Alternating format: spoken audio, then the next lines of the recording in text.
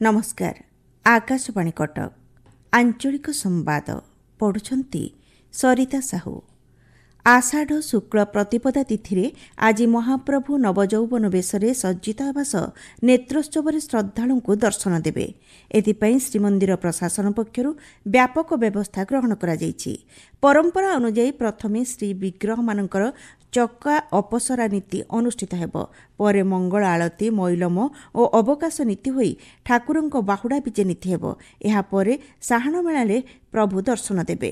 रातिरे दैदापति सेवक माने महाप्रभुंक सेनापटा लागि करिवे। सेभଳି आज रथ खळारु श्रीमंदिर निकटकू 3 रथ टणाजिब। सकाळ धूप शेष हेबा परे पाଳିया पूजापंडा सामंत आज्ञामाळ आनी रथ खळा निकटकू विजे करिवे।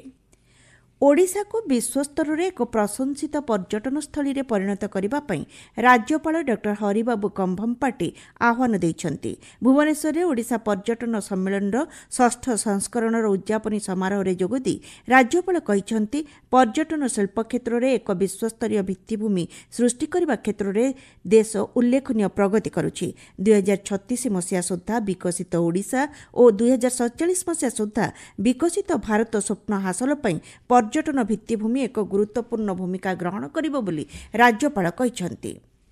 राज्यपाल डॉ हरिबाबू कंभमपट्टी को उपमुख्यमंत्री कनकवर्धन सिंहदेव गतकाली साक्षात करिछन्ति। राज्यर विकास संपर्कित विभिन्न योजना, शक्ति क्षेत्र में संस्कार एवं कृषि क्षेत्र में निया जाउथवा विभिन्न पदक्षेप संपर्क में आलोचना करा जायतिला।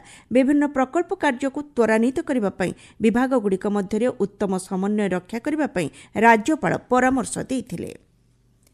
सुभद्रा योजनार तृतीय किस्ती आसंता अगस्ट मास 9 तारिख राखी पूर्णिमा प्रदान करा। एने उन्नयन कमिशनर अनु गर्ग अध्यक्षतार भुवनेश्वर लोकसेवा भवन में सुभद्रा सोसाइटर परिचालना परिषद बैठक अनुष्ठित हो जाइछि। बैठक में सुभद्रा हिताधिकारी उपरे सुभद्रा सहायतार प्रभाव, यार उपयोग और डिजिटल आर्थिक अंतर्भुक्तिकरण संपर्क में आलोचना होइथिला। राज्य में 2036 मसीहा सुधा समस्त नूतन यान पंजीकरण समय अति कम 50% बैटेरी वैद्युतिक यान पंजीकरण लक्ष्य रखा जायछि। वाणिज्य परिवहन विभागर प्रमुख सचिव उषा पाढ़ी और शक्ति विभागर प्रमुख सचिव विशाल देव सह अध्यक्षतार अनुष्ठित बैठक में यह निष्पत्ति होइछि। बैठक में ईवी नीति 2.0 उपर मध्य आलोचना होइथिला। राज्य में शिल्प आवश्यकता सहित शैक्षिक पाठ्यक्रम को समन्वित करने, गवेषणा कार्य सहभागिता को प्रोत्साहित करने और विद्यार्थी मानक मध्य नवसृजनर विकास उपर उपयुक्त मंच सृष्टि करने जरूरी बोली भारतीय शिल्प महासंघ गुरुत्वारोप करिछि। पूर्वांचल में सूचना और प्रजुक्ति विद्यार विकास पर सीआईआई ओडिशा आईटी पैनेल मिलित बैठक में जोगदी विशेषज्ञ माने एही मत प्रकाश करिसेंति। मालकानगिरी जिला परिषद कार्यालय जिला राजस्व समीक्षा बैठक अनुष्ठित हो जाइछि। जिलापाल अध्यक्षतार अनुष्ठित बैठक में राजस्व आदाय, सरकारी जमीरू बेआईन जबरदखल उच्छेद आदि संपर्क में आलोचना होइथिला।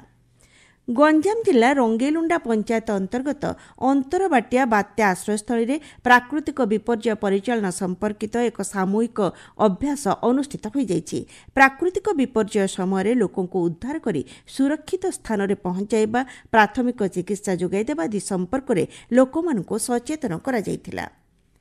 कोरापुट जिलापाल सद्भावना सभागृह में विक्रेता गतिशीलता अभियान और ज्ञान विनिमय संपर्कित कर्मशाला अनुष्ठित हो जाइछि। जिलापाल भी कीर्तिवासन अध्यक्षतार अनुष्ठित बैठक में अणु, क्षुद्र और मध्यम उद्योगगुड़िकर प्रसार निमंते गुरुत्वारोप करा जाइथिला।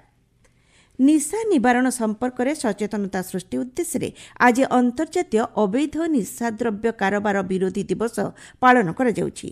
मुख्यमंत्री मोहन चरण माझी एही दिवस उपलक्षे निज वार्तारे कहिसंति निशाद्रव्यर मारात्मकता संपर्क में सचेतनता सृष्टि करिबा, निशासक्त व्यक्ति मानकर विभिन्न समस्या संपर्क में सचेतन हेबा जरूरी। समाजरू सेमानंकु न दूरेई सेमानकर पुनर्वास पई ग्रहणीयता वृद्धि कराइबा और निशा निवारण कार्य में सहायता करिबा पई मुख्यमंत्री जनसाधारण को आह्वान देइछन्ति। जातीय विद्युत सुरक्षा सप्ताह आज आसंता मास 2 तारिख पर्यंत पालन करा जाउछि। एही परिप्रेक्षी में विद्युत आघातरू सुरक्षा निमंते सरकार पक्षरु जनसाधारण को सचेतन करा जाउछि। पाणीपाग ଉତ୍ତର ପଶ୍ଚିମ ବଙ୍ଗୋପସାଗର, ପାର୍ଶ୍ୱବର୍ତ୍ତୀ ଉତ୍ତର ଓଡ଼ିଶା ଓ ପଶ୍ଚିମବଙ୍ଗ ଉପକୂଳରେ ସକ୍ରିୟ ଘୂର୍ଣ୍ଣିବଳୟ ଆଜି ଲଘୁଚାପ ରୂପ ନେବାର ସମ୍ଭାବନା ରହିଛି। ଏହାର ପ୍ରଭାବରେ ରାଜ୍ୟର ବିଭିନ୍ନ ସ୍ଥାନରେ ବର୍ଷା ଲାଗି ରହିଛି। ଭୁବନେଶ୍ୱର ଆଞ୍ଚଳିକ ପାଣିପାଗ ବିଜ୍ଞାନ କେନ୍ଦ୍ରର ସୂଚନା ଅନୁସାରେ ଆସନ୍ତା 24 ଘଣ୍ଟା ମଧ୍ୟରେ ବିଜୁଳି ଘଡ଼ଘଡ଼ି ସହ ପ୍ରବଳ ବର୍ଷା ହେବା ନେଇ 20ଟି ଜିଲ୍ଲାକୁ ସତର୍କ ସୂଚନା ଜାରି କରାଯାଇଛି। ଆଞ୍ଚଳିକ ସମ୍ବାଦ ବର୍ତ୍ତମାନ ପାଇଁ ଏତିକି। ପରବର୍ତ୍ତୀ ଆଞ୍ଚଳିକ ସମ୍ବାଦ ଶୁଣିପାରିବେ ଅପରାହ୍ନ 2ଟା 32 ମିନିଟ୍ରେ।